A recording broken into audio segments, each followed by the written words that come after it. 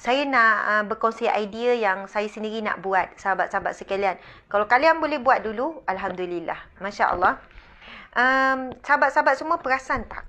Kita kan ada banyak sangat macam terima doa, terima zikir, terima amalan. Dengan Ustazah Asma gini. Lepas tu dapat pula amalan pada Ustazah Hafizah. Ustazah Hafizah banyak ilmu. Kemudian dengar pula pada ustaz-ustaz ni. Ada yang memang ceramah sehari tu pagi sampai malam. Duduk dengar ceramah.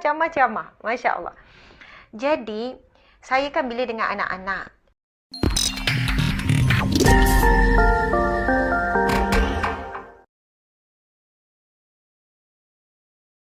Bila sebut pasal hijrah, kita bayangkan apa? Bila sebut pasal hijrah. Bila sebut pasal hijrah, kita membayangkan perpindahan ataupun perubahan. Hijrah sama ada berpindah tempat ke tempat. Tadi saya daripada rumah, saya hijrah datang ke pejabat. Maksudnya perpindahan daripada tempat ke tempat. Dan hijrah yang paling dituntut sekarang adalah hijrah qalbun, hijrah hati. Masya Allah, hijrah rohani kita. Masya Allah, saya pasti kita semua nak bahagia. Kita semua nak kehidupan yang baik. Kehidupan yang tenang. Masya Allah. Dan untuk mendapat sesuatu yang berharga itu, mesti ada pengorbanan. Kehidupan yang tenang itu sangat mahal. Itu satu nikmat yang sangat utama di dunia. Kehidupan yang bahagia. Kehidupan yang lapang, yang seimbang dan sebagainya. Masya Allah. Maka sudah tentu perlukan pengorbanan. Kita kalau nak makan sedap pun, kita kena korbankan masa tenaga untuk masak sedap. Betul kan? Kalau masak cincai-cincai, kita pun dapat rizal cincai-cincai. Saya nak berkongsi idea yang saya sendiri nak buat, sahabat-sahabat sekalian. Kalau kalian boleh buat dulu, Alhamdulillah. Masya Allah. Sahabat-sahabat semua perasan tak?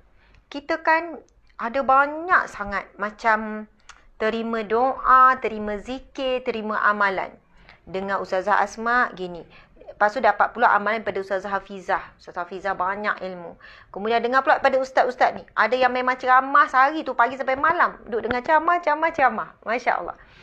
Jadi, saya kan bila dengan anak-anak. Bila saya minta anak-anak baca doa, kan. Lepas tu, saya dengar masing-masing doa dalam bahasa Melayu lah kan. Dia mula dengan mukadimah, lepas tu doa bahasa Melayu. Kemudian saya mula rasa sayang. Sayangnya anak-anak ni tak hafal doa-doa daripada Nabi dalam bahasa Arab. Sedangkan mereka ni, ingatan mereka ni masih kuat. Ingatan mereka ni lagi bagus berganda daripada kita.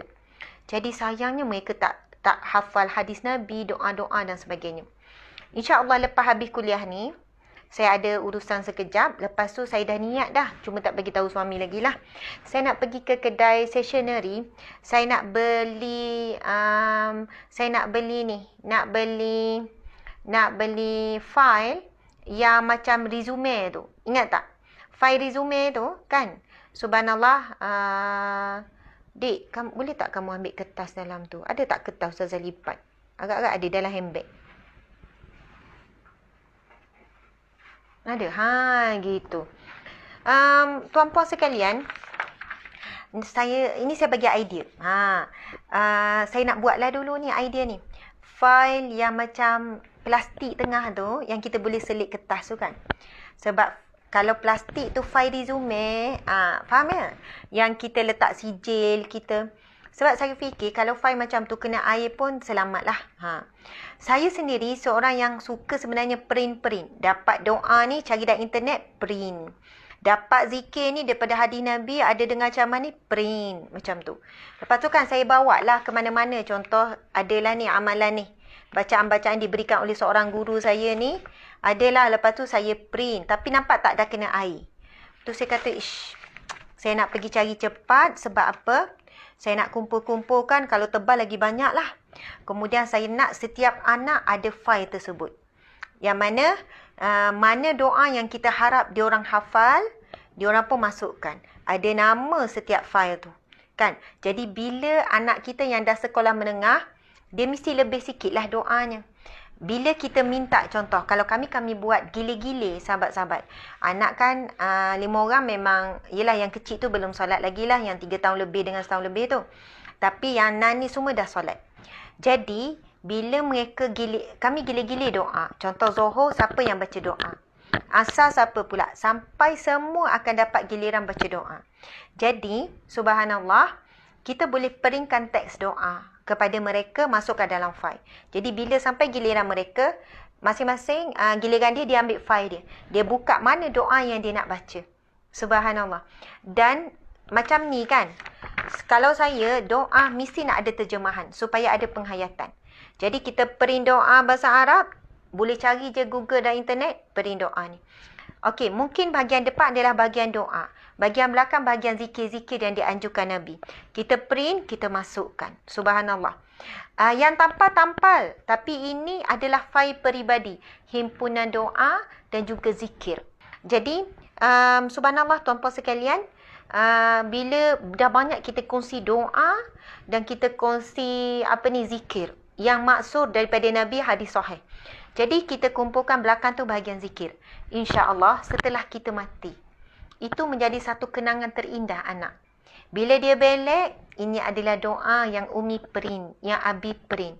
Maksudnya kita tak perlu pun jadi orang yang faqih, yang alim untuk buat tindakan tersebut.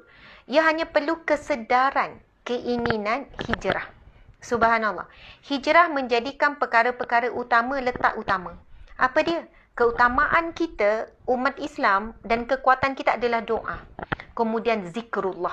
Allahu Akbar. Jadi, kalau kita dapat hijrahkan diri kita, wanita sekalian, untuk meletakkan kedudukan doa pada tempatnya dan kedudukan zikrullah pada tempatnya, insya-Allah, bab masalah lain, masalah dengan suami, masalah dengan anak, masalah rezeki, masalah-masalah lain, insya-Allah kita akan nampak sedikit sebanyak akan berubah. Masya Allah. Kalau dengan saya ni, tuan-puan sekalian, ada zikir diberikan oleh guru saya baca sikit ya. Dia bermula dengan syahadah. Saya dah hafal dah. Asyhadu an la ilaha illallah wa asyhadu anna Muhammadar Rasulullah. Bismillahirrahmanirrahim. Bismillahirrahmanirrahim. Bismillahirrahmanirrahim. Baca bismillah 3 kali. Kemudian saya diminta untuk berdoa. Masya Allah. Dan guru ni minta doa dengan sekali nafas. Dan Alhamdulillah dapat. Ya Allah, Ya Allah, Ya Allah, kurniakanlah kepadaku hikmah, taufik, hidayah dan doa yang makbul. Ya Allah, lindungilah dan selamatkanlah diriku, keluargaku daripada kejahatan dan kezaliman jin, manusia, syaitan, iblis dan sihir. Ya Allah, selamatkanlah aku dan keluargaku dunia dan akhirat. Masya Allah. Subhanallah. Tuan-puan sekalian, doa tu sebenarnya dilatih dengan satu nafas. Jadi kita fokus. Bila kita tahan nafas tu, kita macam seduh oksigen, lepas tu kita tahan nafas supaya fokus tu lebih tinggi. Daya fokus tu lebih tinggi. Jadi Masya Allah, kemudian adalah zikir Ya Hayyu Ya Qayyum La Yamut, yang maha hidup, yang maha berdiri tegak dan yang tidak mati. Asyaddu ba'san wa asyaddu tankila, itu adalah daripada firman Allah. Kemudian antara ayat Al-Quran yang bila kita beramal mendapat banyak fadilat, iaitu 2 ayat terakhir surah At-Taubah. Amalkanlah 2 ayat yang terakhir surah At-Taubah. Apa dia? Bismillahirrahmanirrahim. Laqad ja'akum rasulun min anfusikum azizun 'alaihi ma 'anittum harisun 'alaikum bil mu'minina raufur rahim. Fa in tawallaw faqul hasbiyallahu la ilaha illa huwa 'alaihi tawakkaltu wa huwa rabbul 'arsyil 'azim. Sadaqallahul 'azim. Banyak saya jumpa guru-guru, bila saya jumpa orang alim, para alim ulama, tok guru ke, bila saya kata berilah amalan. Beri amalan untuk saya beramal, untuk saya berpegang. Dan banyak kebetulan, bukan kebetulan sebenarnya, sebab ayat ni memang ada fadilat dan kelebihannya. Okey, sahabat sekalian, kemudian ada satu doa yang sangat indah. Mari saya baca doa ni. Doa ini, subhanallah, doa supaya kita ni disayangi oleh orang-orang baik. Okey, doanya berbunyi, Allahumma ja'ani mahbuban fi qulubil mu'minina wal mu'minat. Ya Allah, berikanlah kepadaku, berkurniakanlah kepadaku, jadikanlah aku orang yang dicintai oleh hati orang-orang yang beriman. Masya Allah. Kalau ada orang yang orang-orang biasa sayang kita pun alhamdulillah. Tapi alangkah seronoknya jika ada orang soleh, jika ada orang yang beriman yang sayang kita. Sebab sudah tentu tuan-puan sekalian, kan ada hadis sahih menceritakan berkenaan dengan seorang sahabat yang baik boleh tarik sahabatnya masuk syurga. Dan sudah tentu ini orang yang beriman, orang soleh. Sebab mereka dah duduk di syurga dahulu. Kemudian mereka meminta dengan Allah merayu-rayu. Ya Allah, sesungguhnya mereka itu sahabat-sahabatku.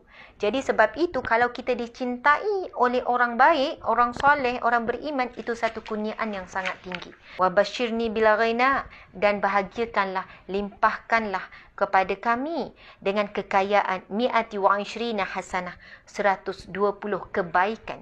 Maksudnya bukan kebaikan harta saja, banyak. Sebab itu fallahu khairun hafizah wa huwa arhamur rahimin. Nampak tak? Sahabat-sahabat sekalian, banyak sebenarnya, ada lagi lah, termasuklah ayat 1000 dinar yang kita sebut, wa may yattaqillaha yaj'al lahu makhraja wa yarzuqhu min haitsu la yahtasib wa may yatawakkal 'ala Allahi fa huwa hasbuh innallaha balighu amrihi qad ja'ala Allahu likulli syai'in qadra. Itu pun ada fadilatnya ayat-ayat Al-Quran ni kan. Subhanallah. Okey, tak apa. Tuan-puan sekalian, nanti beli file dulu, kita buat sama-sama.